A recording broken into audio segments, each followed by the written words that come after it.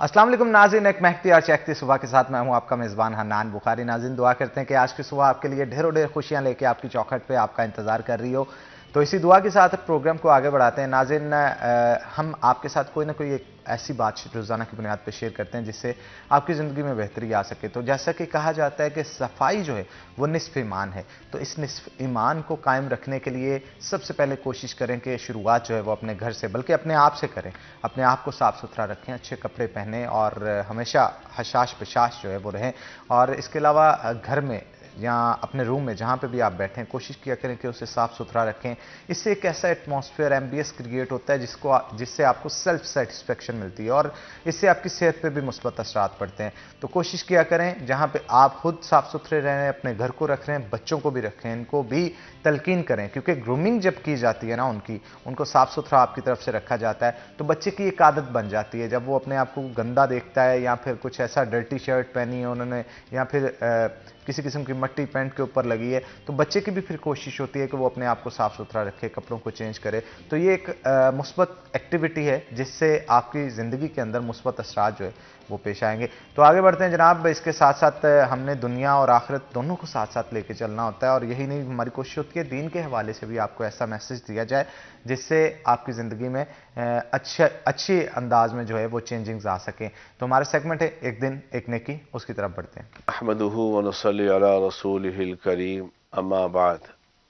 मेरे दोस्तों, बुजुर्गों, भाइयों, मेरी बहनों, मेरा आज का पैगाम ये है कि खाना खाते हुए भी अल्लाह के नबी सल्लल्लाहु अलैहि वसल्लम की सुन्नतों पे अमल करते रहना, सुन्नत को ना छोड़ना। इमामुल अंबिया अलैहिमुस्सलातु वस्सलाम के मुतालिक आता है, अल्लाह के नबी सल्लल्लाहु अलैहि व आलिहि वसल्लम खाना खाने के बाद अपनी 3 उंगलियों को चाट लिया करते थे।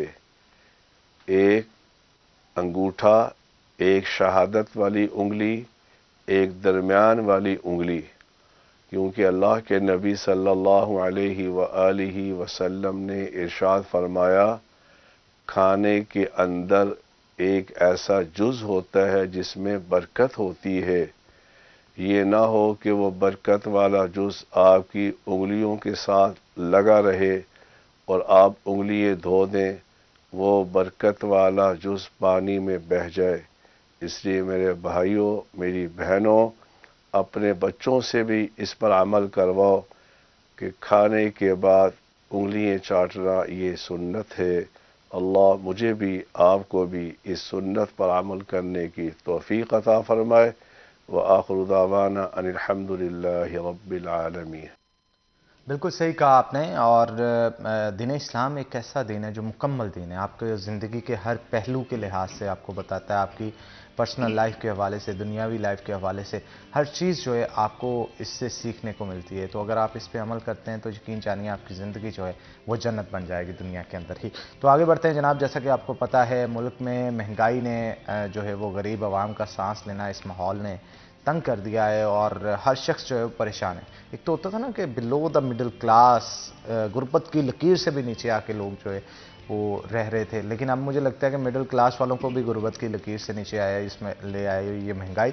और यही नहीं, रही सही कसर जो डॉलर के रेट्स फ्लक्चुएट कर रहे हैं, कभी ऊपर जा रहे हैं कभी नीचे जा रहे हैं, उसकी वजह से भी कारोबार काफ़ी डिस्टर्ब है।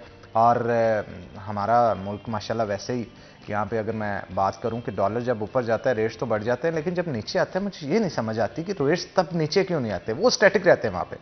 तो जैसे ही डॉलर नीचे आया उन्होंने उधर ही रहना और दोबारा डॉलर पुराने वाली प्राइस पे पहुंचेगा तो फिर से और मजीद प्राइसेस जो है वो हाई कर दी जाती, चाहे गाड़ियाँ हों, दीगर चीज़ें हों। तो इस वजह से आवाम बड़ी परेशान है। अब बहुत सारे लोग हैं वो गाड़ियों की सकत तो नहीं रखते, लेकिन इसके साथ साथ अगर एशिया खुरनोश को देखा जाए तो वो भी इस्तेमाल करने के लिए वो परेशान रहते हैं कि यार घर का राशन पानी कैसे पूरा करें। अब फ्यूल एडजस्टमेंट की वजह से भी बिजली के बिलों में भी इजाफा होता है, गैस के बिल भी दिन ब दिन बढ़ते चले जा रहे हैं। मुझे समझ नहीं लगती कि गरीब आवाम जाए तो जाए कहाँ। तो ओवरऑल जो अनस्टेबिलिटी है पॉलिटिक्स में, इसका महंगाई के साथ क्या लिंक है, इस पे आज हम गुफ्तगू करेंगे। और गुफ्तगू के लिए हमने दावत दी, हमारे सीनियर रिपोर्टर हैं अब्दुर्रहमान साहब, वो हमारे शो में हमारे साथ मौजूद है। तो वेलकम करते हैं जनाब आपको। अब्दुर्रहमान साहब, मुझे ये बताइएगा महंगाई को अगर हम लिंक करें पॉलिटिक्स के साथ, तो कितना इसका असर अंदाज कितनी होती है, ये पॉलिटिक्स जो हमारे इस वक्त मुल्क में चल रही है, महंगाई के ऊपर कितना असर अंदाज होती है? थैंक यू हनान, आपने बड़ा खूबसूरत इंट्रो दिया और उसमें काफ़ी चीज़ें जो है वो सामने रखी हैं कि जिस तरह से यहाँ पर जो ही कोई सूरत हाल ख़राब होती है तो कीमतें ऊपर चली जाती हैं। तो ये आपकी बात ठीक है, पूरी दुनिया का ये फिनोमेना नहीं है, ये हमारे यहाँ कुछ ज़्यादा इस वजह से चलता है। देखिए, जापान में समझा जाता है कि पॉलिटिकल इंस्टेबिलिटी बहुत होती है और वहाँ पर एवरेज एक प्राइम मिनिस्टर को 1 या 2 साल मिलते हैं, लेकिन जो इकानमी सूरत हाल है वो वहाँ पर स्टेबल रहती है। लेकिन उसकी वजूहत है, यहाँ पर हमारे ये होता है कि जो ही नया वज़ीर ख़ज़ाना आता है वो अपनी नई इकानमी पॉलिसी लेकर आ जाता है। देखें, इमरान खान ने असद उमर को बनाया तो उसके बाद जो है वो डॉलर जो है वो 50 रुपये ऊपर चला गया। उसके बाद उनको हटा के कोई और बनाया, IMF के साथ डील थोड़ी सी मैच्योर हुई, वज़ीर ख़ज़ाना चेंज होते रहे। अभी शहबाज शरीफ आए, मिफ्ता इस्माइल ने जो ही डील मैच्योर हुई तो उसके बाद इसाक डार को इंट्रोड्यूस करवा दिया, तो उन्होंने आते साथ ही जो है वो डील ख़त्म कर दी और नई डील शुरू कर दी, जिसकी वजह से आप देखते हैं कि यहाँ पर कीमत 300 प्लस तक चली गई। बेशक सरकारी कीमत जो है वो 225 तक उन्होंने बाहर रखी, 280-82 तक भी बाहर रखी, लेकिन अब मसला ये है कि यहाँ पर एक होती है सरकारी कीमत, एक ब्लैक में फ़रोख्त होता है जो उसकी एक्चुअल कीमत होती है जिस पे लोग फ़रोख्त कर रहे होते हैं। ये तो इंटरबैंक रेट तो वो है जो बाहर से कोई बंदा बेचता है या कहीं से डॉलर आते हैं तो वो स्टेट बैंक या बैंक खरीद लेते हैं। बैंक किस रेट पे बेच रहा है या डीलर्स किस रेट पे बेच रहे हैं वो एक्चुअल रेट होता है, और वो 325 तक 30 तक भी बिकता रहा है। अफगानी बहुत ज़्यादा ख़रीद के अपने मुल्क में ले जाते हैं और ये एवरेज कोई 50 करोड़ डॉलर की माहाना बनती है, यानी कि 6 अरब डॉलर जो है वो एनुअल। तो ये एक बड़ा मसला है। आपने जो बात की कि यहाँ पर महंगाई, देखिए डॉलर की कीमत जो सरकार की है वो नीचे ऊपर जाने से फ़र्क नहीं पड़ता। डॉलर की एक्चुअल कीमत क्या है जिस पे LC ओपन होगी, लेटर ऑफ क्रेडिट किस पे आप दे रहे हैं। तो ये पिछले 1 साल में जब से ये हुकूमत आई है तो LCs तो ओपन बहुत कम हो रही हैं हमारे पास। देखें, अब तो पत्ती भी वो स्टोर पे रह गई है जो या तो पुराना स्टॉक है या स्मगल हुई पड़ी है। इसी तरह से बाकी चीज़ें हमारे, देखें बहुत सारी चीज़ें यहाँ पर बाहर से आती हैं, पोर्ट होती हैं, यहाँ पर कम जो है वो प्रोडक्शन है। कंज्यूमर सोसाइटी है बेसिकली ना, खुद से कोई भी चीज़ प्रोड्यूस नहीं करती। डॉलर ऊपर जाता है, देखें गाड़ियों वाले जो है वो रेट बढ़ा देते हैं। और अब तो ये भी है कि जो अगर कोई फुल पेमेंट दी हुई है और आपका रेट ऊपर चला गया तो नया रेट लागू होगा और वो मज़ीद पेमेंट्स भी मांगेंगे। इसी तरह से दूसरी चीज़ें जैसे पत्ती आनी है या बच्चों का दूध है या फार्मूला दूध जो भी होता है, या इसी तरह से जो भी चीज़ें बाहर से इम्पोर्ट हो रही हैं, और ये मार्केट के किसी भी स्टोर पे चले जाएं आधी से ज़्यादा वो अशिया होंगी जो बाहर से इम्पोर्ट हो रही होंगी। ये हमारा बहुत बड़ा फिनोमेना है, अलमिया है कि हम यहाँ पर अपनी चीज़ें जो है वो प्रोड्यूस नहीं कर पाते, या जो चीज़ें यहाँ पर बन रही हैं उस पर लोगों का एतबार नहीं है। तो हमने LCs एक तो पेट्रोल के लिए ओपन किए रखी, पेट्रोलियम प्रोडक्ट्स के लिए, ताकि इसका बहरान ना हो, मुल्क बिल्कुल ही बंद ना हो जाए। अद्वियात भी काफ़ी हद तक मंगवाए रखी हैं। उसके अलावा जितनी भी मशीनरी थी या जो भी सामान था वो सारा का सारा या तो स्मगलिंग के थ्रू आया या जो पुराना स्टॉक पड़ा हुआ था वो महंगा हो गया। अब इसमें 2 चीज़ें हैं, एक तो ये है कि डॉलर नीचे नहीं आ रहा, अगर तो नीचे आ जाए, बाहर से LCs ओपन हो जाए, फिर तो ये चीज़ों के रेट जो है वो वाक़ई नहीं नीचे आएंगे और आम आवाम को फील होगा कि रेट नीचे आए हैं। LCs ओपन नहीं हो रही, चीज़ें आ नहीं रही, जो स्मगल होके आती हैं उन पर कोई टैक्स नहीं लागू होता, पैसे लोगों की जेबों में चले जाते हैं, हुकूमत को कोई फ़ायदा नहीं होता। इस वजह से वो अपने मन मर्जी का रेट लगाते हैं, और जिसके पास पुराना स्टॉक पड़ा हुआ उसकी सुनी गई है कि वो समझता है कि रुपया डीवैल्यू है। देखिए, जो महंगाई का अक्सर कहा जाता है इन्फ्लेशन रेट बढ़ जाता है, तो इसमें मिसाल ये दें कि चीज़ें तो वही हैं, आपका रुपया जो है वो अपनी जो है वो हैसियत कम करता जाता है ना, चीज़ें तो वही रहती हैं। डॉलर के मुकाबले में देख लें, अगर गाड़ियों के रेट्स देख लें, गोल्ड के रेट देख लें, किसी भी चीज़ का रेट देख लें, डॉलर के मुकाबले में तो वही होगा जो 2018 में था, 2022 में था, उतना फ़र्क नहीं पड़ा होगा ओवरऑल महंगाई से। लेकिन जो रुपया महंगा होता है उसका असर पड़ता है कि वो हम जो फ्यूल से बिजली बनाते हैं वो महंगी हो जाती है, पैदावारी लागत बढ़ जाती है, कोई भी चीज़ यहाँ पर इंडस्ट्री में जो तैयार होनी है उसकी जो लेबर कास्ट वो बढ़ जाती है, मुलाजमिन की तनख्वाह ज़्यादा देनी पड़ती है। तो ये सारी कुल मिला के चीज़ें, और फिर जब हम इनको फ़रोख्त करनी होती है तो वो डॉलर में करनी होती है, वो तो उतने ही पैसे मिलने हैं बेसिकली जितने हमें पहले मिल रहे थे, क्योंकि अगर वो $10 की चीज़ 2022 में थी, अभी भी वो मार्केट में इंटरनेशनल में $10 की है, 11 की होगी, इतना ज़्यादा फ़र्क तो नहीं पड़ा। ये वजह है कि हमारे ऑर्डर्स भी दूसरे ममालिक के पास जा रहे हैं, यही वजह है कि हमारे यहाँ पर महंगाई इतनी ज़्यादा शिद्दत से बढ़ रही है कि कोई बंदा नहीं होगा जो महंगाई से मुतासर ना हो रहा हो, हर बंदा बराबर मुतासर हो रहा है। इमरान खान के दौर में कहा जाता है कि 6% से 12% पे जब महंगाई चली गई थी तो लोगों की चीखें निकल चुकी थी। लोग, और इमरान खान की जो अनपॉपुलरिटी थी उसकी यही वजह थी। राजा रियाज छोड़ गया, तमाम लोग छोड़ गए, फैसलाबाद से नवाब शेर वसीर, आसम नज़ीर, कई लोग छोड़ने के लिए तैयार बैठे हुए थे। आपके हल्के के MP MNA चाह रहे थे कि नून लीग उन्हें टिकट्स दे, और टिकट नहीं नून लीग दे रही थी। तो अब देख लें 1 साल में क्या हुआ। वो सारे लोग ना सिर्फ PTI के पास वापस चले गए हैं, बल्कि अब नून लीग के साथ जो है वही कुछ हो रहा है जो उन्होंने PTI के साथ किया। उसकी वजह क्या है कि अब महंगाई जो PTI दौर में 6 से 12 पे गई थी, 1 साल में 12% से 40% तक आ गई है। यानी कि ये मुल्की जो है वो रिकॉर्ड महंगाई आप इसको कह सकते हैं। इससे पहले कभी भी इतनी महंगाई नहीं हुई। शरह सूद है जो वो तकरीबन जो है वो 17+ पे चला गया। अभी शायद उसको 19-20 पे करने का प्लान है, 20+ पे भी कर देंगे कि कोई जो भी जो है वो अपनी रकम बिजनेस करता है बैंक से लेकर, तो वो इतना ज़्यादा महंगा हो गया है कि अब वो बैंक के पैसे देना उसके लिए मुमकिन नहीं रहेगा कि 20% बैंक को देगा। बैंक के अपने भी 2 से 3% होते हैं उस पर शरह सूद। तो वो कारोबार करेगा, प्रॉफिट कमाएगा, बैंक के कहाँ से वापस करेगा। नतीजातन ये हुआ है कि हम ये पिछले 1 साल की रिपोर्ट्स के मुताबिक जो कर्जे सरकार लेती है ना, उसमें 400% तक इजाफा हुआ है, और जो प्राइवेट लोग लेते हैं उसमें 50% तक कमी हुई है। यानी कि लोग, अब जो कारोबारी लोग हैं वो बैंकों से कर्जा ले ही नहीं पा रहे कि शरह सूद इतनी ज़्यादा बढ़ गई है। ये जो है वो अगर हम करीबी ममालिक की बात करें, बांग्लादेश, इंडिया की, चाइना की, जापान की, तो ये सिंगल डिजिट में है। हमारे यहाँ तो ये डबल डिजिट से भी जो है वो क्रॉस करती जा रही है 20 के। लेकिन बाज़ वक़्त ये भी तो देखने को मिलता है ना कि कहा जाता है कि कर्जा लेने वाले जो होते हैं ये मिल मालकान ही होते हैं, और फिर काफ़ी हद तक इनके पास ये हुनर भी होता है कि किसी ना किसी तरह इसे माफ़ करवा लिया जाए। इसमें सदाकत है? बिल्कुल सदाकत है हनान। ये पॉलिटिकल लोग होते हैं जो इनके अलाकार बनते हैं, और बहुत बड़े बड़ी तादाद में। ये तो छोटे कर्जे तो जो होते हैं ना आम लोग लेते हैं, या छोटी फैक्ट्री का बंदा या पावर लूम का लेता है, उस बेचारे को तो वो बेच के देनी पड़ती है ना, बैंक का आगे वो सारी ले लेता है। लेकिन जब बड़े लोग कर्जे लेते हैं वो मुआफ़ भी हो जाते हैं, उनको जो है वो ब्रिटिश शेड्यूल कर दिया जाता है कि आप जो 10 साल में आपने देना वो 20 साल में दे दें। रोल ओवर कर दिया। एग्जैक्टली। वो शरह सूद कम कर दी जाती है, कर्जे भी कम कर दिए जाते हैं, या उसकी जो कम कीमत की प्रॉपर्टी है ना, जो उसके अगेंस्ट उसने रखवाई होती है, वो बैंक ज़्यादा कीमत में रख लेता है। ये बड़े लोगों के जो मामले हैं, ये बेसिकली यही तो तनकीद। ये देखें IMF की जानब से भी ये वीडियो सामने आई थी, तनकीद, कि पाकिस्तान में हुकूमत से हम मुतालबा करते हैं कि यहाँ पर वो लीड के जो सब्सिडीज़ है, लीड के जो मामला है उसको कम करें, लोगों को सब्सिडीज़ दें। देखें फैसलाबाद की अगर अब बात कर लें, यहाँ पर देख लें वो चनाब क्लब देख लें, ये सरीना होटल है, या गोल्फ क्लब देख लें, मुनरवा क्लब देख लें, ये सारे के सारे लीड के लिए बनाए हुए हैं। आम आदमी नहीं फड़क सकता। एग्जैक्टली। इनके, और अब इनके रेट देख लें, इस जगह पे अगर प्लाजा होता है तो वो कितने करोड़ या कितने अरब रुपए का, करोड़। हाँ, ये प्रॉपर्टी अकेली करोड़ों अरबों में है। एग्जैक्टली। और वो कितना पैसा गवर्नमेंट को इकट्ठा होगा। DC का घर देख लें, कमिश्नर का घर देख लें, यहाँ पर अगर आप फ्लैट्स बनाते हैं तो जितनी भी सरकारी मुलाजम है सबकी रिहाइश बन सकेगी।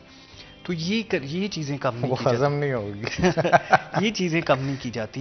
जो अमीर बड़े जागीरदार हैं, जैसे जहांगीर तरीन जब थे, अब तो नहीं रहे, लेकिन इस लेवल के जो बंदे हैं उनको सब्सिडीज़ दी जाती हैं। देखिए जो भी एग्रीकल्चर पे सब्सिडी दी जाती है ना, कि फ़र्ज़ करें 500 रुपया खाद पे दी जाती है, तो वो आम फार्मर को नहीं मिलती है ना, वो किनको मिलती है? जिनके पास 100-200 एकड़ हैं, या जिनके मुतलका जो सेक्टरीज़ हैं उनके वाकफ़कार हैं, वो सारी की सारी सब्सिडीज़ एक ही घर में चली जाती है। और वो लोग जो अपना, फिर उन पे एग्रीकल्चर पे टैक्स नहीं होता, सबसे हल्का टैक्स एग्रीकल्चर पे लगाया हुआ है। अब आम फार्मर को उसका फ़ायदा नहीं होता, जिसके 5-7-10 एकड़ ज़मीन है ना, वो तो बेचारा बड़ी मुश्किल से अपना जो है वो रहन सहन पूरा कर रहा है। अब जिसके कई मुरब्बे हैं उस पर टैक्स कोई नहीं है, वो सारी की सारी अपनी जो इकानमी है या प्रॉफिट है वो सारा एग्रीकल्चर से शो करता है। बिल्कुल ठीक है गोई साहब, इस पर मजीद गुफ्तगू करेंगे, लेकिन एक छोटी सी ब्रेक के बाद। तो यार यहाँ पे नाज़रीन एक ब्रेक ले रहे हैं, ब्रेक के बाद दोबारा हाजिर होते हैं। आपने कहीं नहीं जाना, हमारे साथ है ना।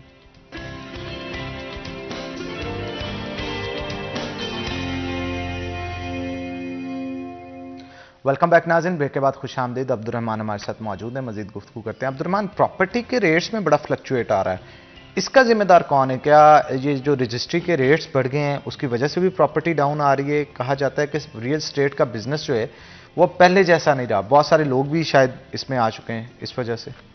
हनान, 2022 तक रियल एस्टेट का बिजनेस जो वो अपनी पूरी पावर के साथ चल रहा था। जून 2022 के बाद जब हुकूमत तब्दील हुई हमजा शहबाज सीएम बने, उन्होंने उस पर नए टैक्सेस लगाए। मकसद तो उसका ये था कि ये क्योंकि कारोबार सबसे ज़्यादा अच्छा चल रहा है, इसमें बहुत ज़्यादा जो है वो लोगों की पैसे इन्वॉल्व हैं, प्लाटों का कारोबार बड़ा अच्छा है, और वो जून में जो है वो रश भी कमाल का हुआ था उधर कचहरियों में। यहाँ पर लोग रजिस्ट्रियों के लिए आ रहे थे ताकि नए टैक्सेस लगने हैं, तो वो इतने ज़्यादा बढ़ा दिए कि अचानक से वो कारोबार ठप होकर रह गया। देखिए अब मार्च का महीना चल रहा है, एंड हुआ पड़ा है, लेकिन अभी तक जो वहाँ पे हमें मतलूबा रश देखने में नहीं आता। और रजिस्ट्रियों की तादाद अगर आप पिछले साल से कंपैरिजन करें इन तकरीबन 9 महीनों की, तो वो आधी के करीब रह चुकी है, जो पिछले साल के बरक्स है। तो इसमें कई चीज़ें इन्वॉल्व हो गई। टैक्स बहरहाल एक बहुत बड़ी वजह टैक्स की है। अच्छा, इसमें टैक्स पे लगाया कितना गया है कुछ? ये एक रजिस्ट्री के अगेंस्ट समझ लें कि 15% तक टैक्स चला जाता है, यानी कि 1 लाख रुपए के बिल मुकाबिल 15,000 रुपया जो है वो टैक्स में चला जाएगा। उस हिसाब से आप मालियत अगर आप 15 करोड़ की प्रॉपर्टी लेते हैं तो उस पर मालियत निकाल लें कि वो कितने लाख का जो है टैक्स। Oh my God. अब उसका नुकसान ये हुआ कि जो एक्चुअल रेट था प्रॉपर्टी का उधर, वो इस वजह से अभाव हो गया, लोगों के पास गुंजाइश नहीं रही, और लोगों के पास पैसा भी नहीं रहा, इकानमी भी डाउन हुई। अच्छा, एक ये भी काम करते थे ना, प्रॉपर्टी का रेट कम लिखवा के फिर उसकी रजिस्ट्री करवाते थे ताकि बिल्कुल ही टैक्स ना पड़े। एग्जैक्टली ये करते रहे हैं, और अब उसका उन्होंने ये किया कि इससे पहले 2 रेट्स चलते रहे, एक डीसी रेट होता था, एक एफपीआर रेट होता था। फिर जब उसको उन्होंने एवेल्युएट किया इसको करने के लिए, तो अब जो डीसी रेट और एफपीआर रेट है वो भी बराबर कर दिए। अच्छा। अब इससे भी खास फर्क नहीं पड़ता, बल्कि कुछ इलाके तो ऐसे आ गए कि जिनमें वो रेट इतना ज़्यादा बढ़ गया कि एक्चुअल रेट वो उससे कम था। मतलब आपको कम से कम जो लिखवाना पड़ता है ना, वही ज़्यादा कर दिया उन्होंने, और एक्चुअल रेट वहाँ पर प्रॉपर्टी का कम था। जैसे ये मदीना टाउन के इलाकों में स्पेशली हुआ, यहाँ पर स्त्याना रोड के कुछ इलाकों में हुआ है, ये अपने मलकपुर के कुछ इलाकों में हुआ है कि एक्चुअल रेट वहाँ पर 4 लाख मरला है, और जो जिन्होंने वैल्यूएट किया है टैक्स लगाने के लिए उन्होंने 5 लाख मरला रख दिया उसका। और वो फिर वो जो बाहर था उसके लिए मज़ीद मसला पैदा हो गया। इसी तरह से फिर जो लोगों की बाहर से इन्वेस्टमेंट आती थी वो कम हो गई, लोगों के पास जो पैसा था यहाँ पर पैसा फ्लो में चल रहा था वो कम हुआ, पैसे की कीमत कम हुई। इसकी वजह से जो बेचने का या ख़रीदने का जो मरहला चल रहा था बाज़ार हमें बड़ा पीक पे नज़र आता था, वो भी खासा कम हो गया, और खासा नहीं बहुत ज़्यादा कम हुआ है। फिर जो महज स्टाम्प पे सौदे होने लगे टैक्स ज़्यादा होने की वजह से ना, ये भी होता है कि जब सरकार टैक्स बढ़ाती है तो लोग स्टाम्प पे सौदा करते जाते हैं। अब फ़र्ज़ करें कि एक कॉलोनी है, बड़ी कॉलोनी, उसमें एक जो फाइल है ना वो कम से कम 10 से 20 हाथों में बिकती है। देखिए कोई भी कॉलोनी मालिक जब कॉलोनी बनाता है ना, तो वो पहले हाथ में इन्वेस्टर्स को दे देता है। इन्वेस्टर्स आगे फिर वो प्रॉपर्टी डीलर्स को ढूंढते हैं या आम लोग उसमें इन्वेस्ट करते हैं, तो वो 3-4 हाथ तो 1 महीने में निकल जाते हैं। फिर उसके बाद जो है वो आगे उसमें डेवलपमेंट वर्क शुरू हो जाता है, लोग एक दूसरे को बेचना शुरू कर देते हैं। तो बड़ी कॉलोनीज़ में कहा जाता है कि एक फ़ाइल जो है वो 10 हाथों में बिकती है, हर बंदे को कुछ ना कुछ प्रॉफिट दे के जा रही होती है, सरकार को टका भी नहीं मिलता क्योंकि सरकार के खाते में तो कुछ भी नहीं आ रहा। तो ये प्रॉपर्टी में बहुत ज़्यादा जो है वो डंपिंग हो रही है ब्लैक इकानमी की। इसको कहा जाता है कि ब्लैक इकानमी की सबसे बड़ी जो पार्किंग लॉट है ना पाकिस्तान में, वो रियल एस्टेट है। फिर हुकूमत से अब और तो कुछ हो नहीं पाता ना कि इसको तमाम को रजिस्टर्ड किया जाए, या जो स्टाम्प पेपर्स है वो अगर कहीं से निकलता है उस पर जो लिखा जाता है उस पर कुछ ना कुछ टैक्स होना चाहिए, या उसकी भी रजिस्ट्रेशन का मरहला होना चाहिए। कुछ ऐसा किया जाए जिससे गवर्नमेंट को भी पैसा आए और उसकी जो वैलिडिटी भी हो सके। ऐसा तो कुछ भी इनसे नहीं हो सका, एफबीआर से नहीं हो सका। बस ये हो सका कि इन्होंने टैक्स बढ़ा दिया और उसका नतीजा ये निकला कि हमें रियल एस्टेट का बाजार काम जो है वो ठप हुआ नज़र आता है। जो पहले एवरेज एनुअल 100 प्लाट बेचते थे वो 10 पे आ गए, यानी कि इतना ज़्यादा जो उनका काम डाउन हुआ। टैक्स इकट्ठा करने वाले जो महकमे हैं वो ज़्यादा एक्टिव हो गए, उनका शिकंजा सख्त हो गया। कुछ ये एफएटीएफ का भी जो है वो डिमांड्स थी कि प्रॉपर्टी, गोल्ड और इस तरह के ये गाड़ियों की जो करते हैं ले के बाद में महंगे दामों जो है बेची जाती हैं। तो ये तमाम चीज़ें इस पे बड़ा आ रहा था कि इस पे सारी की सारी ब्लैक इकानमी जो है वो इधर डंप की जाती है और उसमें प्रॉफिट कमाया जाता है, वो चंद हाथों में चला जाता है, सरकार को फ़ायदा नहीं होता। इस तमाम के गिर्द अपनी तरफ से हुकूमत ने शिकंजा सख्त किया, और उसका जो है वो नतीजा जो है वो नेगेटिव अंदाज में हमें होता हुआ नज़र आया कि इस कारोबार से जो भी लोग बचते थे, थोड़े थे या ज़्यादा थे, वो तमाम लोग हमें मुतासर हुए दिखाई देते हैं। सबसे ज़्यादा पिछले 1 साल में जो प्रॉपर्टी मालिकान है या कॉलोनी मालिकान, वो काफ़ी ज़्यादा डैमेज हुए हैं। इसी तरह से बिजनेस तो खत्म होकर रह गया उनका। मतलब वो लोग जिनके पास घर में कुछ पैसे पड़े होते थे, उनकी कोशिश होती थी कि डिवैल्यू होने से बेहतर है कि कोई ना कोई प्रॉपर्टी लेके उसे रख लिया जाए, ताकि वक्त के साथ साथ इसकी प्राइस जो है वो हाइक आती रहे, बढ़ती रहे, हम साल बाद 2 साल बाद इसे महंगे दामों बेच लेंगे। लेकिन अब वो सूरत हाल नहीं नजर आती। बिल्कुल ये बात आपकी ठीक है कि एसेट्स जो एसेट लोग इसीलिए बना के रखते थे ना कि एसेट जो है वो डीवैल्यू नहीं होता, रुपया डीवैल्यू हो जाता है। तो अब एसेट, प्रॉपर्टी का एसेट कम से कम डीवैल्यू है, इंडस्ट्री का एसेट डीवैल्यू है। जो आपकी पावर लूम्स थी जो पहले सख्त आपको 10 लाख माहाना देती थी फ़र्ज़ करें, वो 5 लाख पे आ गई। वाहद गोल्ड का जो है वो इन दिनों में एसेट है जो बड़ा है या फॉरेन, लेकिन उसका भी हाथ में पाकिस्तान के नहीं है ना, पाकिस्तान के हाथ में हो तो वो भी डाउन आ जाए, उसका कंट्रोल कहीं और से हो रहा होता है, इस वजह से इंटरनेशनल है वो, उसकी वजह से भी हुआ है। फिर जो है वो बाहर हमारा जो जाता है या उसमें भी कई चीज़ें आ जाती हैं। फिर फॉरेन करेंसी का जो एसेट है ये भी नहीं कम हुआ, ये भी बढ़ता ही चला जा रहा है। तो जो हमारे लोकल, आपकी बात ठीक है, जितने भी लोकल हमारे एसेट्स थे या जो लोकल लोग डील करते थे वो सारे के सारे एसेट्स और रुपया डीवैल्यू हुआ है। एसेट्स जितने भी थे किसी भी किस्म के वो भी डीवैल्यू हुए हैं, रुपया भी डीवैल्यू हुआ है। और डीवैल्यू होने की वजह भी यही कि हर जो इक़्तिदार में होता है शायद उनकी कोशिश होती है कि अपने इख्तियारात का नाजायज़ फ़ायदा उठा के किसी न किसी तरह अपने आप को या अपने कारोबार को फ़ायदा उठाया जाए, उसका उठाया जाए और कुछ ना कुछ पैसे इकट्ठे किए जाएं। शायद यही वजह है कि इसकी वजह से ये तमाम कारोबार जो हैं आहिस्ता आहिस्ता आहिस्ता आहिस्ता ठप होते चले जा रहे हैं। और जितने टैक्सेस इकट्ठे किए जा रहे हैं गोई साहब, उतना क्या अवाम पे लग रहा है? देखिए जी, ये तो बहरहाल एक अहम सवाल है कि वहाँ पे तो आईएमएफ की तो डिमांड है कि वहाँ पे जो सब्सिडीज़ दी जा रही हैं ना, आप वो भी वापस ले लें। लीड की तो देखें इनसे वापस नहीं होती ना, जो लीड को दी जा रही हैं वो तो बढ़ा रहे हैं, वो वापस नहीं कर रहे। गरीब का खून चूसा जा रहा है। गरीब का वापस देखिए, ये अब जो गरीब को रिलीफ रमज़ान में दिया जाता था मुख्तलिफ औकात में, उसको सिर्फ महदूद कर दिया है कि अब सिर्फ 3 थैले जो है वो आटे के दिए जाएंगे। इसी तरह से यूटिलिटी स्टोर्स पर आप देख लें रिलीफ कितने खासे कम हो गए हैं। तकरीबन 800-700 अरब रुपया जो सब्सिडी के लिए रखा जाता था वो आधे रह गए। बिजली पे जो सब्सिडी फेडरल गवर्नमेंट देती थी वो ख़त्म कर दी गई है। किसानों को सब्सिडीज़ दी जाती थी 13 रुपये यूनिट, वो उनको महंगा कर दिया है। पावर लूम्स को जो है वो दी जाती थी ताकि वो कारोबार चलाएं, उनका यूनिट अचानक से 20 से 40 रुपये पे चला गया। और जो पावर लूम्स पहले ही 50% कैपेसिटी पे चल रही थी वो उनका मज़ीद 50% गिर गया है। तो ये सब्सिडीज़ कारोबारी लोगों की, ज़राअत से वाबस्ता लोगों की, आम लोगों की, आम लोग समझा जाता था जो 300 यूनिट से कम बिजली खर्च करता है ना, वो लोअर मिडिल क्लास है, तो उसको थोड़ी सब्सिडी दी जाती थी। 300 यूनिट से ज़ायद वालों से वो सब्सिडी वापस ली जाती थी। तो अब वो आईएमएफ की डिमांड पे वो स्लैब रेट भी आहिस्ता आहिस्ता ख़त्म किए जा रहे हैं। और अब इसका कोई फ़ायदा नहीं होगा कि आप जितने भी यूनिट चलाएं, जो आपको रेट है वो तकरीबन कमोबेश बराबर ही सभी को लगेगा। तो ये पेट्रोल पे देख लें आप, किसी को कोई सब्सिडीज़ नहीं है। प्लान ये बनाया जा रहा है कि जो मोटरसाइकिल वाले या रिक्शे वाले हैं उनको थोड़ा कम रेट पे पेट्रोल बेचा जाए और गाड़ी वालों को महंगा बेचा जाए।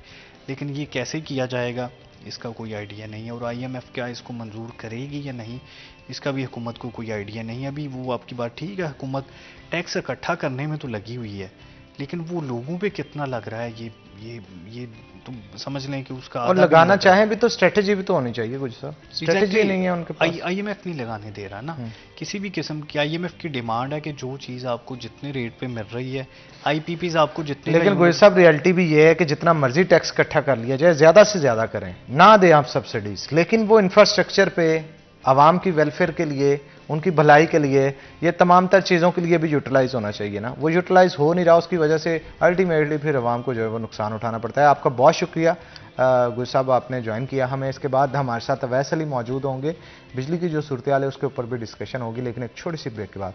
तो ब्रेक ले रहे हैं, ब्रेक के बाद दोबारा हाजिर होते हैं। आपने कहीं नहीं जाना, हमारे साथ है ना।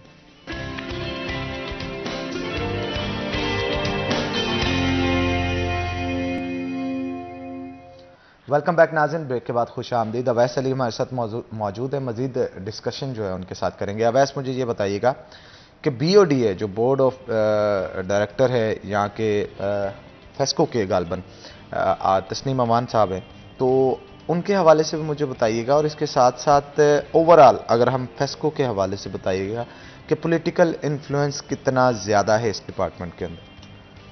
बिल्कुल हनान भाई, chairman board of directors Malik Taseen Aman हैं, उनकी जानिब से जो फेस्को के मुलाजमीन हैं उनको रिलीफ फराहम करने के लिए इकदाम भी किए जा रहे हैं और सार्फिन को सहूलत फराहम करने के लिए वो इकदाम कर रहे हैं। लेकिन दूसरी जानब जो पॉलिटिकल प्रेशर है वो फेस्को पर हमें पहले से ज़्यादा दिखाई देता है। फैसलाबाद शहर में ट्रांसफ़र पोस्टिंग की सूरत हाल हो या फिर नए जो इलाके हैं वहाँ पर बिजली के मंसूबे हों, तो पॉलिटिकल प्रेशर तो हमें दिखाई देता है, लेकिन ये हालात जो हैं वो पहले से बेहतर हैं।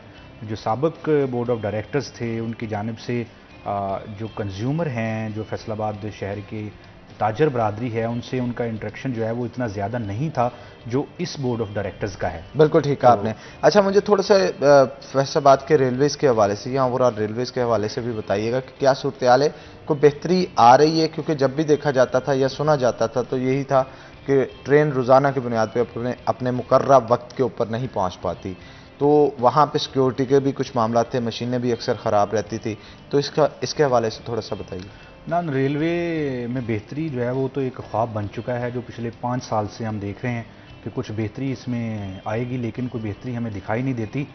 ट्रेनों का तो मामूल बन चुका है रोज़ाना तख़ीर से पहुंचना, लोगों का अपनी फैमिलीज़ के हमरा स्टेशन पर इंतज़ार करना, और इसके साथ साथ जो दरीना मसाइल हैं फैसलाबाद रेलवे स्टेशन के, सिक्योरिटी के मसाइल भी हैं, और इसके साथ साथ जो स्कैनर मशीन है जो जिसको ख़राब हुए 3 साल गुजर चुके हैं मगर अभी तक उसको एक्टिव नहीं किया जा सका, और इसके साथ साथ वाशिंग लाइन है उसकी रिपेयर का काम जो है वो मुकम्मल नहीं हो सका, और जो पार्किंग है, पार्किंग माफिया जो है वो हमें सरगर्म दिखाई देता है। इस वक्त जो फैसलाबाद रेलवे स्टेशन का पार्किंग का कॉन्ट्रैक्ट है वो डेली वेजेस पर चल रहा है, तो उसका खमियाजा जो है वो रोज़ाना की बुनियाद पर जो लोग अपने मुसाफिरों को वेलकम करने के लिए आते हैं, 5 मिनट के लिए या 10 मिनट के लिए अपनी गाड़ी पार्क करते हैं, उनसे डबल फीसें वसूल की जा रही हैं। तो जो इंतज़ामी अमूर हैं वो बहुत फैसलाबाद रेलवे स्टेशन के हमें नाक़िस दिखाई देते हैं। ऐसे लगता है जैसे ये इदारा एक लावारिस हो चुका है। तो ख्वाजा साद रफ़ीक इस वक्त रेलवे के मिनिस्टर हैं, तो उनके आने से कोई ख़ास तब्दीली नहीं आई। जैसे पहले हम देखते थे कि पाकिस्तान तहरीक-ए-इंसाफ के आज़म स्वाति साहब थे, उसके बाद शेख रशीद साहब थे, तो हमें मीडिया पर तो बहुत बातें सुनाई देती थी, लेकिन उसका प्रैक्टिकल हमें जो रेलवे स्टेशन है, महकमा रेलवे है, उसमें दिखाई नहीं देता था। तो अब भी वही सूरत हाल हमें दिखाई देती है कि रेलवे में कोई ख़ास तब्दीली दिखाई नहीं देती। हालांकि आप हैरान होंगे कि रेलवे में अदम सहूलियात के बावजूद दीगर ट्रांसपोर्ट की निस्बत फैसलाबाद से जो है वो कराची जाने के लिए, जो दूर दराज के शहर हैं पंजाब से बाहर जो सिंध के इलाके हैं, दीगर ट्रांसपोर्ट की निस्बत लोग रेलवे को तरजीह देते हैं। और इस वक्त भी कराची जाने वाली जो तमाम ट्रेनें हैं उनमें बुकिंग फुल है, और बुकिंग बल्कि जो है वो महकमा रेलवे की जानिब से फैसलाबाद रेलवे स्टेशन पर 5-5 रोज़ 10-10 रोज़ बंद कर दी जाती है रश की वजह से। तो इससे हम ये देखते हैं कि लोग जो है वो ट्रेन सफ़र को तरजीह देते हैं। अगर संजीदगी से सोचा जाए तो ट्रेन में बेहतरी लाने के लिए अगर इक़दामात किए जाएँ तो रेलवे को दोबारा से अपने पैरों पर खड़ा किया जा सकता है। मगर यहाँ पर तो रेलवे मुलाज़मीन की तनख्वाहें 3-3 4-4 माह नहीं आती।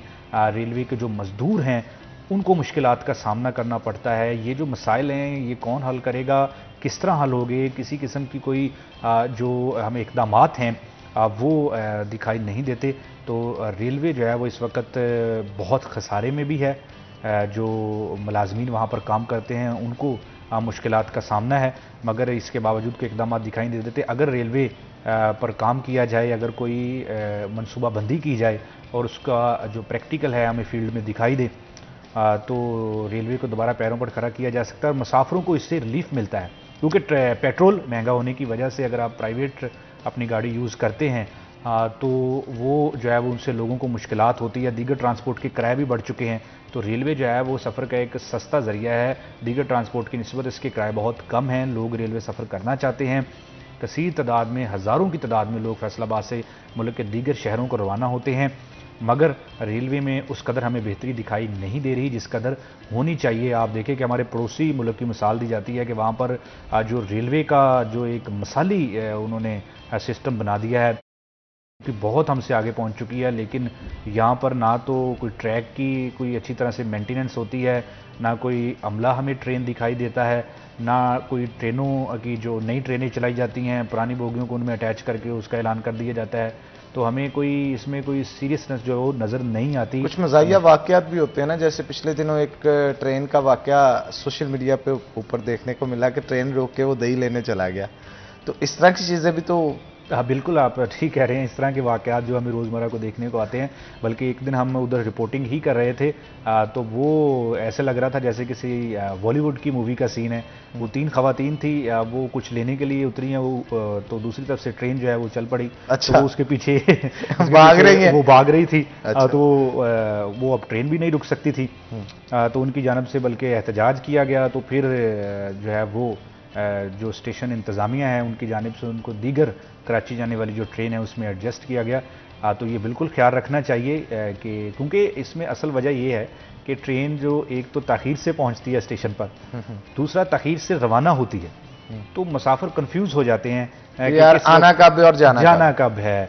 तो इस वजह से जो है वो ट्रेन जो छूटने के वाक़यात हैं वो उनमें इजाफा भी हमें दिखाई देता है, क्योंकि ट्रेन के औकातकारी जब बेहतर नहीं हो रहे तो फिर लोगों को जो है वो दीगर ट्रेनों में, तो उसके लिए भी अपनी टिकट जो है वो ट्रांसफ़र करवाने के लिए स्टेशन पर जो है वो मुश्किलात का सामना करना पड़ता है। आईडी कार्ड लेके आएँ, फिर वो चीज़ें मंगवाते हैं, फिर 2-3 घंटे जो है वो पिछले दिनों हम हाईलाइट भी कर चुके हैं कि टिकट जो है वो दूसरी ट्रेनों में ट्रांसफ़र करवाने के लिए मुसाफिरों को 2 से 3 घंटे स्टेशन पर लग जाते हैं, मुश्किलात का सामना करना पड़ता है। स्टाफ को शॉर्टेज जैसे मसाइल पहले से मौजूद हैं। तो ये तमाम तर जो इक़दाम हैं वो करने होंगे, क्योंकि ट्रेन में लोग सफ़र करना पसंद करते हैं। तो जब आप कसीर तादाद में लोग जब सफ़र कर रहे हैं, जब आपके पास ट्रेनों में बैठने के लिए जगह नहीं है, इतनी दुनिया सफ़र कर रही है, तो हम कैसे कह सकते हैं कि ये इस महकमा जो है ये ख़त्म हो जाएगा। तो इससे साफ वाज़िया होता है कि इसको खड़ा करने के लिए जो है वो इक़दामात नहीं किए जा रहे, उसमें सुस्ती का मुज़ाहरा किया जा रहा है। बदकिस्मती से मैं तो यही कहूँगा कि बदकिस्मती से पिछले 6 साल से जो ट्रेन को जो मिनिस्टर मिले हैं, तो उनके बाकायदा शवाहिद मौजूद हैं कि उनकी जानिब से किसी किस्म के कोई इक़दामात नहीं किए गए ट्रेन को उठाने के लिए। पुरानी बोगियों से नई ट्रेनें जो चला के उसके क्रेडिट ज़रूर लिए गए हैं, और उसके साथ साथ ना तो स्टाफ भर्ती हो सका। 5 साल का रिकॉर्ड है महकमा रेलवे का कि फैसलाबाद रेलवे स्टेशन पर स्टाफ जो है वो भर्ती नहीं हो सका। और उसके साथ साथ जो छोटे छोटे मसाइल हैं, करोड़ों रुपए की जो एक ट्रेन जो है वो पाकिस्तान एक्सप्रेस जो है वो उसकी रोज़ाना की बुनियाद पर 25 से 30 लाख रुपए की बुकिंग होती है। तो करोड़ों रुपया कमाने वाला जो अदारा है, उसके जो छोटे छोटे प्रिंटर्स के मसाइल हैं, टिकट काउंटर्स के मसाइल हैं जो हज़ारों में हल होते हैं, उधर जो है वो तवज्जो नहीं दी जाती। इतनी लापरवाही का मुजाहरा किया जाता है कि आप देखें अनान भाई कि दुनिया इस वक्त कहाँ पहुँच चुकी है। हमारे आज भी मसाइल वही हैं कि टिकट लेने के लिए जाते हैं तो 1 घंटा लग जाता है, टिकट ट्रांसफ़र करने के लिए जाते हैं 3-3 4-4 घंटे लग जाते हैं, और इसके साथ साथ जो अमला है वो तावन नहीं करता, अमला मौजूद नहीं है।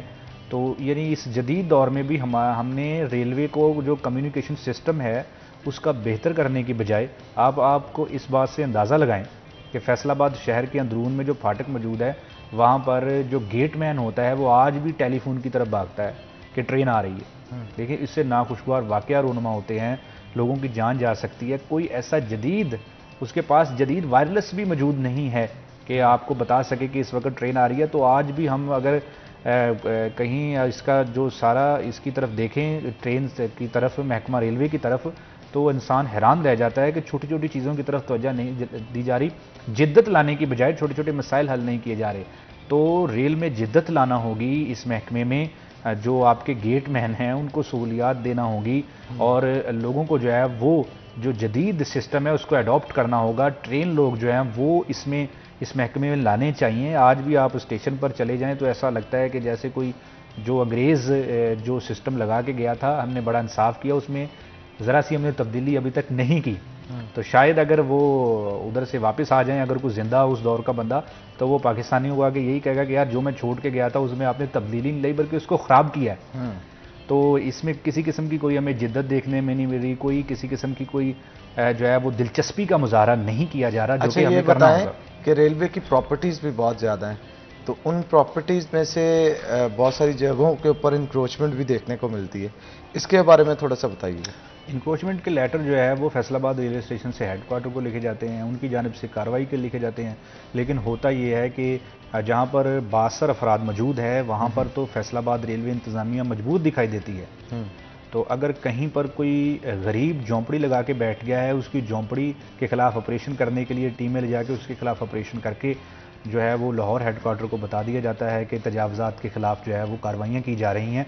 जो 62 अफराद अरसा दराज से बैठे हुए हैं, जुमरा रोड पर सैकड़ों दुकानें हैं महकमा रेलवे की, जो महकमा रेलवे वागुज़ार करवाने में हमें बिल्कुल नाकाम दिखाई देता है। इसमें मुबैना तौर पर रेलवे के जो अपना अमला है वो मुलव्वस दिखाई देता है। ये तो हम फील्ड में रहते हैं, हमें पता है इस चीज़ का कि जो रेलवे का अमला है वो मुबैना तौर पर इसमें मुलव्वस होता है। बासर अफराद के खिलाफ कोई ऑपरेशन नहीं होता। जो झोंपड़ी लगा के बैठा है या गरीब शख्स है अपना वक्त पास कर रहा है, उसकी झोंपड़ी को गिरा के बता दिया जाता है कि बेहतरीन कार्रवाइयाँ की जा रही हैं तजावज़ात के ख़िलाफ़। जुमरा रोड पर सैकड़ों दुकानें मौजूद हैं और इसके साथ साथ देखें तो अब्दुल्लापुर के करीब जो है वो मौजूद है। समनाबाद के करीब महकमा रेलवे की करोड़ों रुपए की जो अराजी है उस पर कब्ज़ा मौजूद है।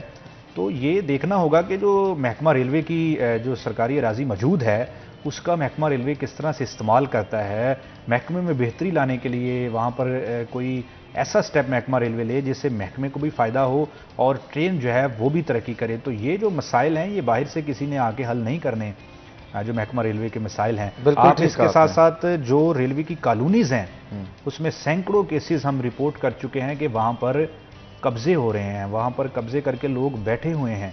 बिल्कुल इसके ऊपर बर वक्त जो है वो एक्शन लेना चाहिए ताकि नाखुशगवार वाक़े से जो है वो बचा जा सके। आपका बहुत शुक्रिया वैसे आज के शो के अंदर आए। तो नाज़रीन इसी के साथ हम छोटा सा ब्रेक लेंगे, ब्रेक के बाद दोबारा हाजिर होते हैं। आपने कहीं नहीं जाना, हमारे साथ रहना।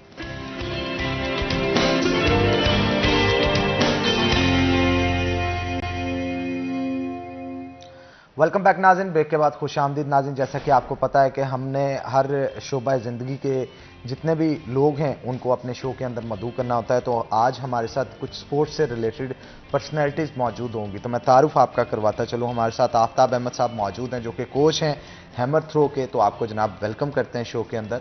और उनके साथ साथ बख्तावर मौजूद हैं जो कि हैमर थ्रो में गोल्ड मेडल भी ले चुकी हैं डिवीज़न लेवल के ऊपर और ब्राउन मेडल जो है वो नेशनल लेवल के ऊपर ले चुकी हैं। तो आपको भी वेलकम करते हैं शो के अंदर।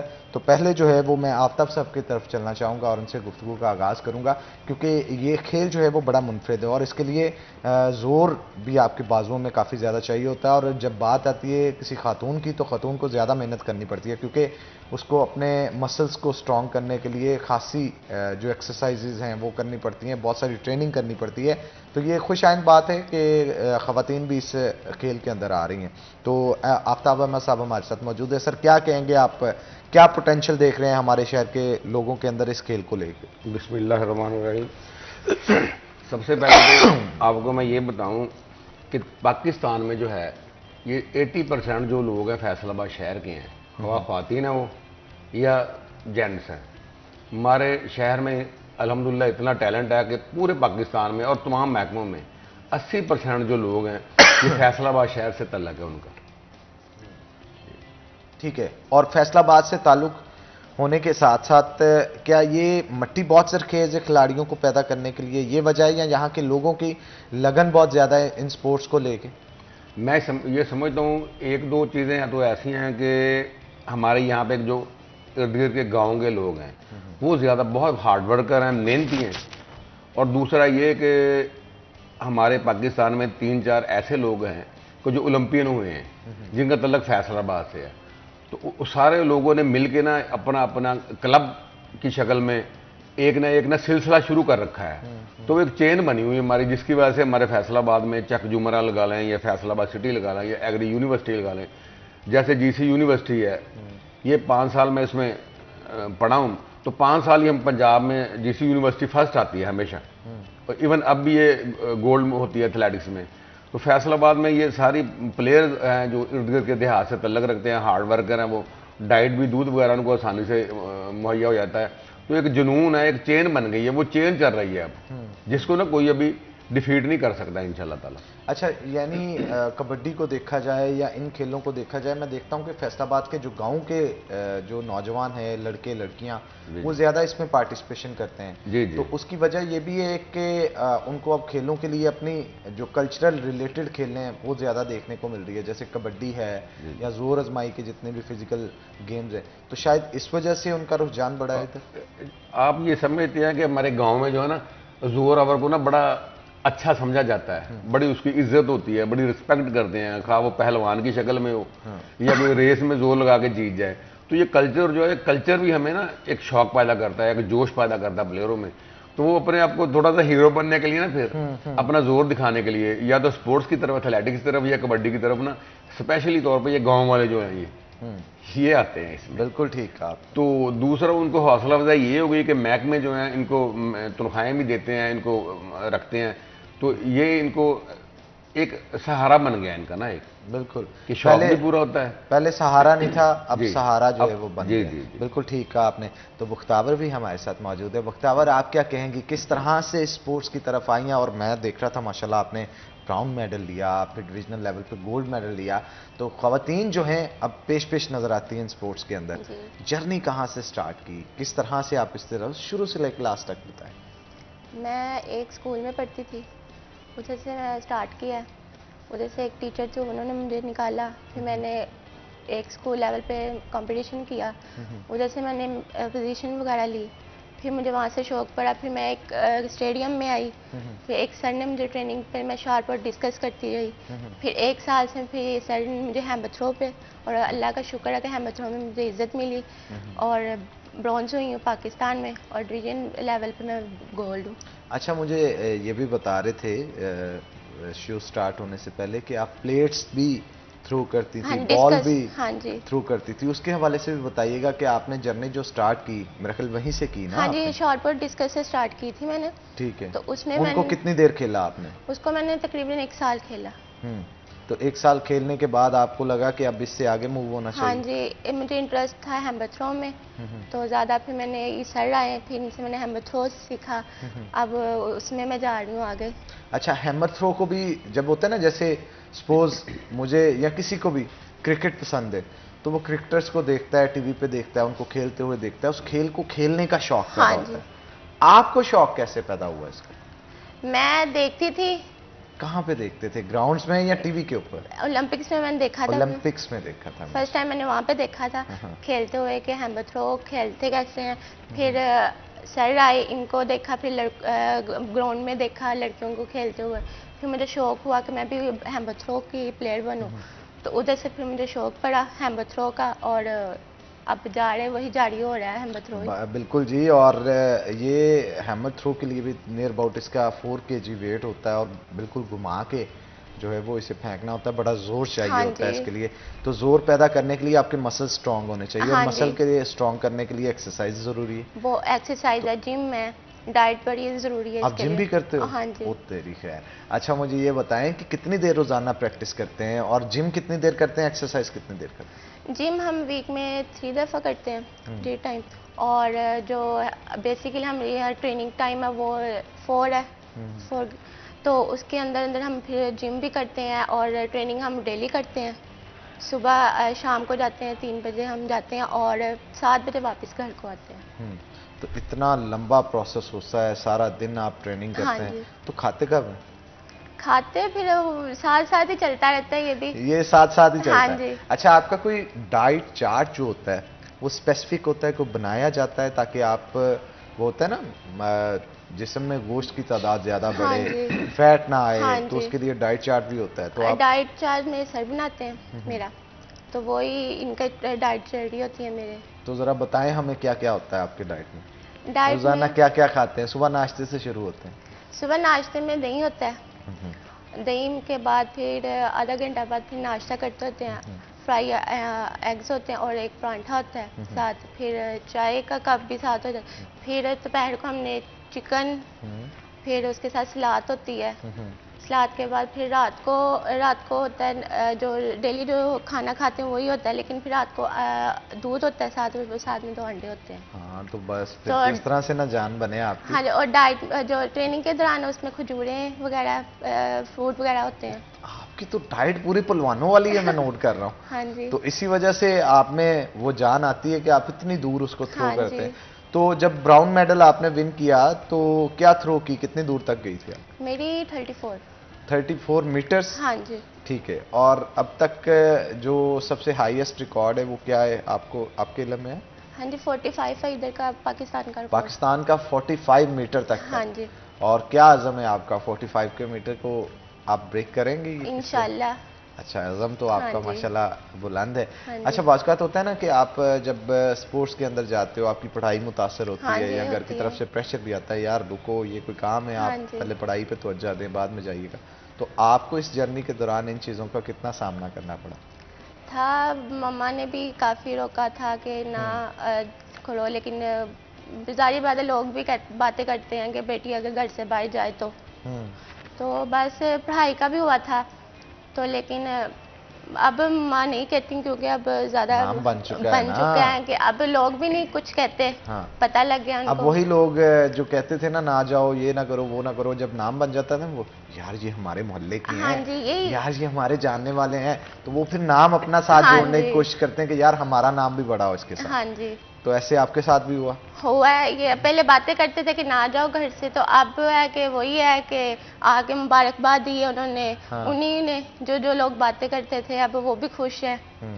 बिल्कुल, और ये अच्छी चीज़ है, ऐसे ही होना चाहिए। और मैं दुआ करता हूँ कि आप इन फ्यूचर ज़्यादा से ज़्यादा नाम कमाएं, इस आमीन। खेल के अंदर हाँ जी। आगे आगे जाएं, ताकि अपने वालिदैन के लिए प्राउड मूवमेंट जो है वो क्रिएट कर सकें। तो आफ्ताब साहब भी हमारे साथ मौजूद है। आफ्ताब साहब, क्या चीज़ें देख के डाइट चार्ट तैयार करते हैं आप इनका? इसमें ना बड़ा टेक्निकल इवेंट है ये। तो इसमें हर तकरीबन अक्सर गेम्स में ये होता है कि वेट कम करना होता है, हैमर थ्रो में वेट ज़्यादा करना होता है। अच्छा, जितना वेट ज़्यादा होगा। लेकिन इनका वेट ज़्यादा तो नहीं है, ठीक है वेट इनका। हाँ, मतलब वेट, लेकिन मैं अक्सर देखता हूँ वो फॉरेनर प्लेयर्स जो होती हैं वो काफ़ी मोटी और तगड़ी तगड़ी होती हैं जो थ्रो करती हैं। तो ये इब्तदा है, इंशाल्लाह ये भी तकड़ी हो जाएगी। अच्छा, ठीक है। उसमें क्या ना दूसरा ये कि मौजूदा जो अपना चल रहा है ना, ये एक साइंस और टेक्निक है। ये थ्रो जो है ना जी, एक टेक्निक और साइंस बन गई है। अच्छा। और इसमें ना ये एक तो देसी चीज़ें हैं ना कि देसी घी, शक्कर, पराठा वगैरह, इसमें इन्वॉल्वमेंट हो गई है प्रोटीन वगैरह की, गोश्त की, गोश्त की, प्रोटीन वगैरह की। यानी कि ये डाइट जो है ना, ये डाइट मुख्तलिफ कंपनीज ये जो तैयार करती हैं प्लेयर के लिए, एक ना लिमिट में रहते हुए कि स्टीरॉयड से बचना है और बेहतर से बेहतर डाइट देनी है, वो भी इसमें शामिल हो गई है। तो वो भी इसमें ना बड़ा कॉम्प्लिकेटेड ये होता है प्रोग्राम कि ट्रेनिंग से पहले हमने क्या लेना है, ट्रेनिंग से आधा घंटा पहले क्या लेना है, ट्रेनिंग के आधा घंटा बाद क्या लेना है, रात को सोने से पहले क्या लेना है। तो मुख्तलिफ ये मतलब ये जैसे ट्रेनिंग है ना, हर दिन एक अलग ट्रेनिंग होती है। आज वेट है, कल को टेक्निक ट्रेनिंग है, परसों को फिजिकल फिटनेस की ट्रेनिंग है, और उसके बाद नेक्स्ट डे थ्रोइंग करनी है हमने। तो हर एक दिन ऐसे ये डाइट जो है ना बड़ा टेक्निकल इवेंट बन गया है। तो क्योंकि मेरी भी सारी जिंदगी इसी में गुजरी है कि मैं तकरीबन 15 साल स्पोर्ट्स में से तकरीबन जो प्राइमरी से हाई स्कूल से लेकर तो यूनिवर्सिटी तक ना स्पोर्ट्स से रिलेटेड रहा हूँ मैं। 5 साल मैंने भी ना लगातार गोल्ड मेडल लिया, पंजाब में, पाकिस्तान यूनिवर्सिटी में और ऑल पाकिस्तान यूनिवर्सिटी में, तीनों में गोल्ड मेडल मैंने 5 साल लगातार लिया। तो ये ना एक जुनून होता है इंसान को, एक जुनून होता है। तो वो फिर अपना एक एज आती है तो बंदा बूढ़ा है तो फिर अपने बच्चों में देखना चाहता है, अपनी कौम के बच्चों में देखना चाहता है वो चीज़। तो ये शौक अगर है तो ये चीज़ आप कर भी सकते हैं, करवा भी सकते हैं। अगर शौक नहीं है तो फिर कहाँ कुछ जाता भी है? नहीं। फिर कुछ भी नहीं है। जब तक शौक है, जुनून है, जुनून भी शौक के साथ ही पैदा होता है ना। बिल्कुल। तो अगर आपके अंदर शौक है तो जुनून ऑटोमेटिकली पैदा होगा, और अगर जुनून पैदा हो गया उसके बाद फिर आपको आपकी मंजिल से पहुंचने तक कोई नहीं रोक सकता। और मैं आपको एक और बात बताऊं कि ये बख्तावर ना पाकिस्तान की पहली लड़की है कि जितने 1 साल के अरसे में पाकिस्तान में मेडल लिया है। क्या बात है बख्तावर, आपकी, आप तो फिर बड़े टैलेंटेड है माशाल्लाह इस सवाल। जी जी, कि एज वाइज भी, एक्सपीरियंस वाइज भी 1 साल में इनकी खुशकिस्मती है। और मैं ये समझता हूँ कि इस साल इसका टारगेट है 40 क्रॉस करना, और नेक्स्ट 40 मीटर। जी जी, 40 मीटर क्रॉस करेगी, और नेक्स्ट इंशाल्लाह ताला ना ये पाकिस्तान का रिकॉर्ड करेगी। और इसकी फिजिक अल्लाह ताला ने इसको जो सलाहियत दी है, ये इंटरनेशनल लेवल की प्लेयर है ये। क्या बात है जनाब, क्या बात है। हम तो दुआ करते हैं जी आप ट्रेनिंग इसी तरह जारी रखिएगा, इंशाल्लाह। छोड़नी नहीं है आपने, ठीक है ना। इंशाल्लाह। कोई इधर उधर से कहता रहे, लेकिन जब अल्लाह ताला आपको नाम, अभी भी नाम है आपका माशाल्लाह बहुत ज्यादा, और आगे मजीद जब देगा तो आप प्राउड फील करेंगे, अपने वालिदैन भी आपके ऊपर जो है वो प्राउड फील करेंगे। लेकिन उसके लिए शर्त ये होती है कि आप कंसिस्टेंट रहें, आपका फोकस जो होगा ना वो आपके मुस्तकबिल पे, आपके फ्यूचर पे, हाँ जी, उसके ऊपर होना चाहिए। तो जैसे सर ने कहा 40 मीटर्स का, तो 40 मीटर क्रॉस करेंगे फिर आप? इंशाल्लाह। अभी तो आप कह रहे थे 35 का कह रहे थे, अब अचानक उन्होंने 5 मीटर और बढ़ा दिए। नहीं, 35 तो लास्ट टाइम इन्होंने किया ना जी। हाँ हाँ, तो अब ट्रेनिंग में ये तकरीबन 40 के करीब करीब जा रही है। 39, सच्ची आप 40 के करीब जा रही है? 39। Oh my God. अच्छा, नेशनल ओलंपिक्स के अंदर अगर देखा जाए तो ओलंपिक्स में क्या रिकॉर्ड रहा है? वहाँ पे भी होता है ना? ओलंपिक्स में 80 है। 80 मीटर? 80 मीटर वो खातून का ही? हाँ जी जी। ठीक है, यानी आहिस्ता आहिस्ता आप अपनी कैपेसिटी को हाँ इंक्रीज जी। कर रहे हो। लेकिन 65, 66 पे जाके उसमें मेडल आ जाता है। हाँ, यानी अगर आप पाकिस्तान की नुमाइंदगी कर रहे हाँ हैं, जी। ये थ्रो की रेंज आपकी है, तो आप कोई ना कोई मेडल ओलंपिक में ले सकते हैं। ओलंपिक्स में ले सकते हैं। ठीक है, ठीक है। तो इसके लिए सर ट्रेनिंग मुझे थोड़ा सा बताएं, किस तरह से आप करवाते हैं इनकी? इसमें जी ट्रेनिंग में शेड्यूल ये होता है कि फर्स्ट डे आपने जो है वो ना वेट प्रोग्राम होता है हमारा कि वेट करना है, और वेट की भी क्लासेस हैं। एक दिन हमने वेट करना है लोअर बॉडी का। अच्छा। उसके बाद फिर दूसरे दिन जो ट्रेनिंग होती है मुख्तलिफ टेक्निक ट्रेनिंग होगी हमारी हैमर की। तीसरा दिन फिर वेट का आ जाता है, उसमें अपर बॉडी का वेट करना हमने। उसके बाद फिर नेक्स्ट डे जो टेक्निकल ट्रेनिंग है, उसके बाद फिर नेक्स्ट डे जो तीसरे दिन आएगा हफ्ते में वेट का, उसमें अपर का और लोअर का करना और फ्लेक्सिबिलिटी का करना है कि जिससे ना लचक भी हमारे जिस्म में, फ्लेक्सिबिलिटी भी आए, उसका वेट करना। यानी कि वेट में भी 3 या 4 किस्म का वेट होता है। जो ये नहीं कि सिंपल हमने वेट ट्रेनिंग है तो हमने वेट उठाया करना शुरू कर दिया, इसमें भी 3-4 किस्म का वेट होता है। हर दिन अलग करना होता है हमें। ये वेट ट्रेनिंग है हमारी। ठीक है। और इसके अलावा कार्डियो वगैरह भी करवाते हैं आप? क्या सर? वेट ट्रेनिंग तो एक होती है ना, रनिंग करवा ली, आपने साइकिलिंग करवा ली, ताकि वेट जो है मेंटेन रहे, उसके लिए भी कोई? वेट ट्रेनिंग के बाद में जिस्म थोड़ा सा स्टिफ हो जाता है बंदे। हाँ जी, स्टिफनेस को दूर करने के लिए हमने तकरीबन आधा घंटा पौना घंटा फिर रनिंग होती है। स्लो रनिंग, जॉगिंग जिसे कहते हैं आप। स्पीड को ही देनी, फिर जिसमें रिलैक्स होता है हमारा। बिल्कुल ठीक कहा जी। ब्रेक का वक्त हो गया यहाँ पे एक, लेकिन ब्रेक पे जाने से पहले बख्तावर आपका बहुत शुक्रिया शो में आने के लिए। तो यहाँ पे एक छोटा सा ब्रेक लेंगे, ब्रेक के बाद दोबारा आते हैं। आपने कहीं नहीं जाना, हमारे साथ रहना।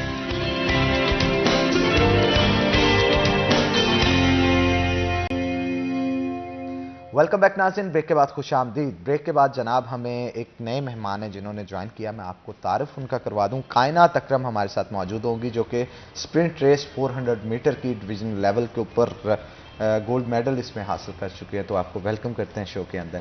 तो कायनात, मुझे बताइएगा जर्नी कहाँ से स्टार्ट हुई, कब से आपने रेसिंग जो है वो स्टार्ट की? अभी आपकी तो माशाल्लाह एज भी बहुत मुझे कम लग रही है, लेकिन इसके लिहाज से आपने अचीवमेंट्स जो है वो बड़ी अच्छी गेन कर ली हैं। तो मुझे बताएं जर्नी कहाँ से आपकी स्टार्ट? कॉलेज लेवल पे स्टार्ट की थी मैंने। College level? तो ये किस तरह से इस मतलब दौड़ के अंदर आना और इस चीज़ का शौक कैसे पैदा हुआ? कॉलेज में जब बेसिकली कंपटीशन हो रहे थे तब मैंने ज्वाइन किया था उधर से, और फिर कंपटीशन में उन्होंने मुझे पार्टिसिपेट करने का कहा था। मैं बेसिकली फिजिकल एजुकेशन की स्टूडेंट हूँ। अच्छा। और फिर मुझे वहीं से बस शौक पैदा हुआ है। ठीक है। तो आपको एक बंदा होता है ना, जैसे कोई सिंगर हो तो वो खुद अच्छा गाए तो उसे महसूस होता है वो अच्छा सिंगर है, कोई क्रिकेटर है वो अच्छी बॉलिंग या बैटिंग करे उसे महसूस होता है यार मुझे आगे खेलना चाहिए। आपको कब महसूस हुआ कि आप बहुत तेज भागते हैं इसलिए रनिंग में आना चाहिए आप?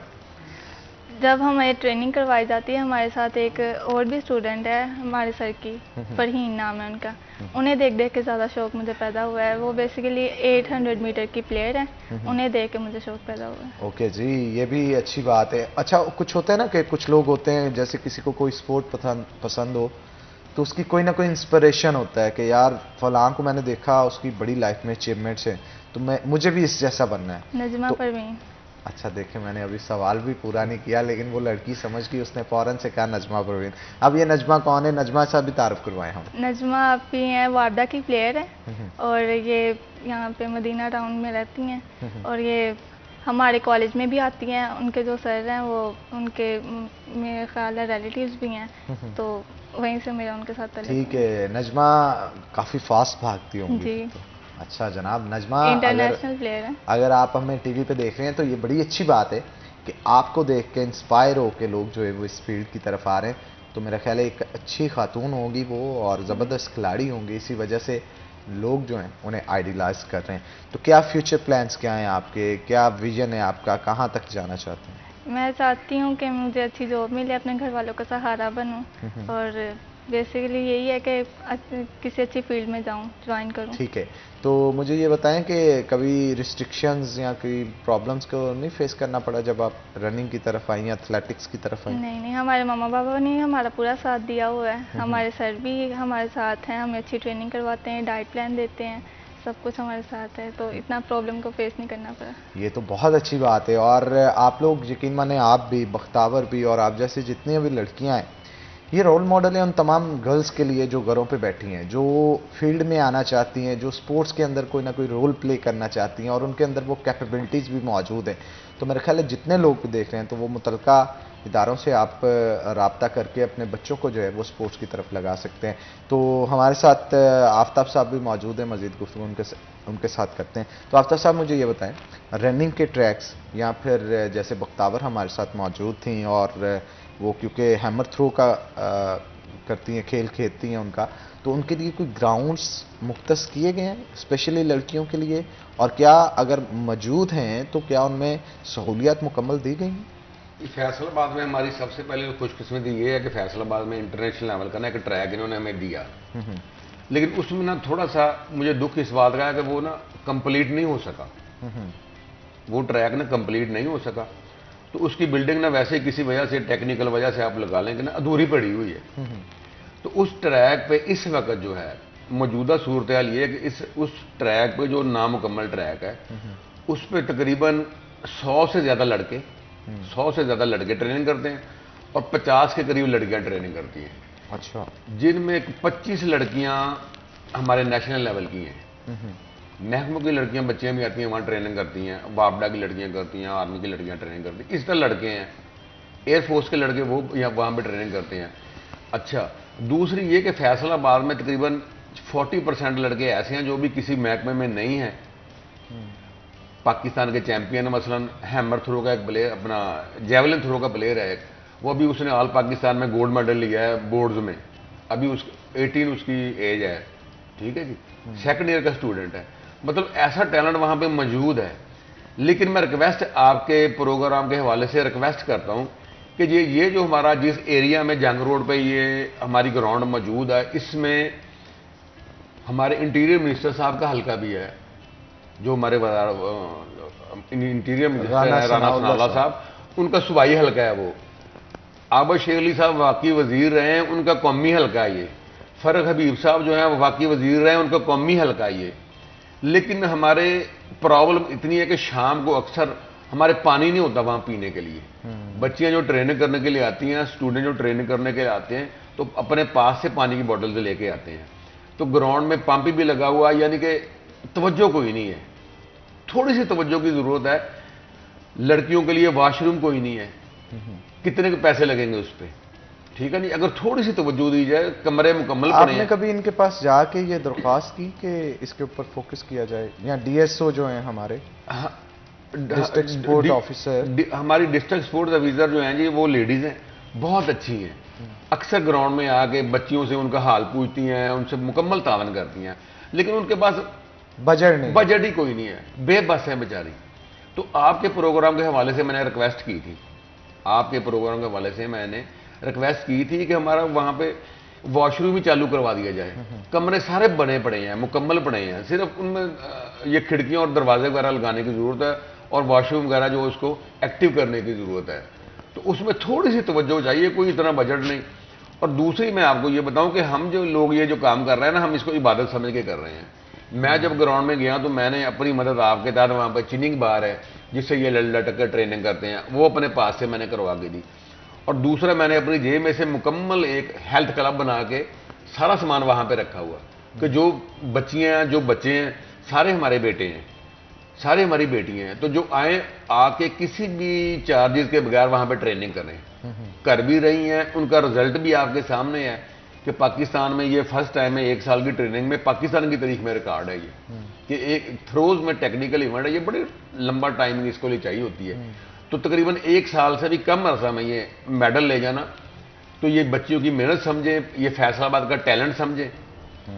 और दूसरी हमारी रिक्वेस्ट ही देखें, आप रिक्वेस्ट समझें कि अगर इतना टैलेंट मौजूद है, थोड़ी सी आपकी तवज्जो वहाँ पे हो जाए तो उसमें बेहतरी आ जाए, बेहतरी आ सकती है। इंशाअल्लाह ताला हमने इसावत भी किया है और हमारे पास फरहीन लड़की है, 2 दफ़ा पंजाब में गोल्ड मेडल हुई वो भी एज वाइज बहुत कम एज की है। तो ये हमारा टैलेंट है, ये आपके लिए फख्र होना चाहिए ये। बिल्कुल, और फख्र है भी जी। ऐसी बात नहीं है कि ये हमारा तो ये मैं तवक्को करता हूँ मुख्तावर भी और इन जैसी जितनी लड़कियां अपना नाम बना रही हैं इस फील्ड के अंदर, वो हमारे कौम का जो है वो असासा हैं, हमारा फ़ख्र हैं। और इसी तरह अल्लाह ताला इनका सफ़र जो है वो जारी और सारी रखे। तो कायनात, मुझे ये बताएं कि स्टडीज़ को लेके और स्पोर्ट्स को लेके कभी मुश्किलात पेश आई? काफ़ी दफ़ा हुआ है, लेकिन अल्हम्दुलिल्लाह मैनेज किया हुआ है। कैसे मैनेज करती हैं? रोज़ाना कितना टाइम देती हैं स्टडीज़ को और कितना स्पोर्ट्स को देती हैं? स्टडी सुबह टाइम कॉलेज जाना होता है, उसके बाद आके ट्रेनिंग के लिए जाना होता है, फिर आके स्टडी की जाती है। ठीक है। तो बाज़ का तो होता है ना कि पेरेंट्स की तरफ से कहा जाता है बेटा पहले आप पढ़ लो, स्टडीज़ कंप्लीट कर लो, देन आप इस फील्ड की तरफ चले जाना। तो आपके ऊपर प्रेशर नहीं ऐसा कोई है? नहीं नहीं, मम्मा हमारे साथ हैं, वो हमें कुछ नहीं कहती, बल्कि हमारा साथ देती हैं कि अपनी ट्रेनिंग करो, अपना कुछ फ्यूचर बनाओ। तो आप तंग नहीं करते कि मम्मा आज खाने में ये बना दे वो बना दे? क्योंकि डाइट चार्ट जो होता है सर ने तैयार किया होता है, उसके मुताबिक चीज़ें जब खानी पड़े तो घर में जो पका होता है उससे हट के चीज़ें बनवानी पड़ती हैं। कभी कभी कहा जाता है तो मम्मा फिर थोड़ा सा डांटती भी हैं, फिर मम्मा मान भी कैसे डांटती हैं वो? कैसे डांटने उन्होंने? हाँ, कैसे डांटते हैं मतलब? मम्मा कहती हैं जो बना हुआ है वो खा लो या फिर खुद उठ के बना लो। फिर बनाते हो आप खुद उठ के? जी बनाते हैं हम खुद। अच्छा, क्या क्या बनाते हैं? सबसे मुश्किल क्या बनाना लगता है? कुछ भी नहीं, सब इजी है। गोश्त वगैरह ज्यादातर तो मेरे ख्याल चिकन की आइटम्स ही होती हैं, वो आपने यूज कर दी क्योंकि प्रोटीन कंटेंट आपको चाहिए होता है बॉडी को परफॉर्मेंस में बेहतर बनाने के लिए। तो रोजाना कितना गोश्त खा लेती हैं आप? तकरीबन थोड़ा सा तो खाना ही होता है। हम दोनों बहनें हैं तो हमने एक बनाया होता है, थोड़ा उसने लेना होता है, थोड़ा मैंने लेना होता है। हाफ केजी तो पक्का है रोजाना? जी, हमने खाना होता है। तौबा तौबा जनाब, मुझे तो डरना चाहिए इन दोनों से, फिर खूब इनके पास पावर है। तो इस पे मजीद भी गुफ्तगू करेंगे, लेकिन एक छोटी सी ब्रेक के बाद। तो यहाँ पे एक ब्रेक लेंगे, ब्रेक के बाद दोबारा हाजिर होते हैं। आपने कहीं नहीं जाना, हमारे साथ रहना है।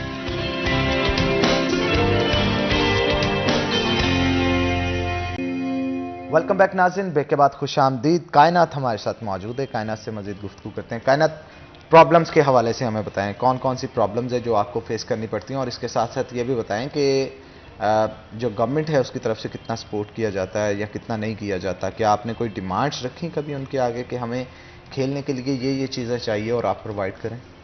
हमारे सर हैं वो हमें हर चीज़ प्रोवाइड करते हैं। आगे उन्हें कहा जाए, मतलब हमारे वहाँ पे एक साजिदा मैडम है जो यहाँ पे ग्राउंड पे आके चक्कर भी लगाती हैं, आके हमारा हाल चाल भी पूछती हैं।